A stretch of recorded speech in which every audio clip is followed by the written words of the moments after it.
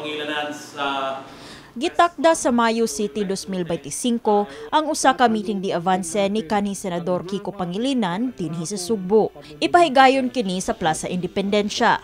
Mao kini ang gipahibaw sa mga campaign volunteers sa Sugbo ni Pangilinan. Gilauman sa mga volunteers nga dili momino sa 5,000 nga supporter sa senatorial candidate ang mutambong ni ining kalihukan.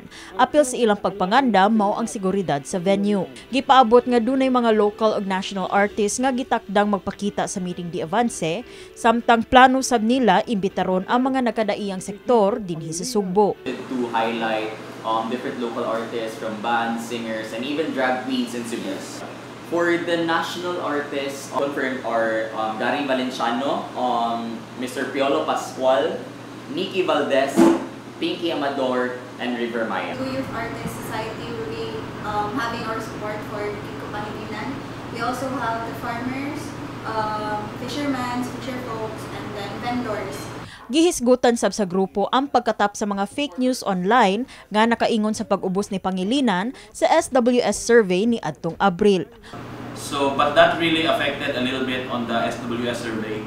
I've seen it drop in some places, especially in the Visayas, which is dugay naman to. So, good rasad kay sa una pa. Taliwas sa resulta sa maong survey, mipadayag ang mga volunteers ni Pangilinan nga masaligon sila nga mabalik kini sa Senado. Look at the postings of Kiko, even in national newspapers, positive na. The rating has been going up, very consistent.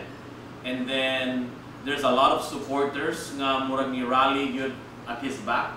That doesn't happen overnight. This rally will really help you to know more Senator Kiko. So, he will mention and ipakita kung siyang advocacy or iyang ginabuhat. Kini si Eliza May Piñaranda, alang sa My TV, Cebu.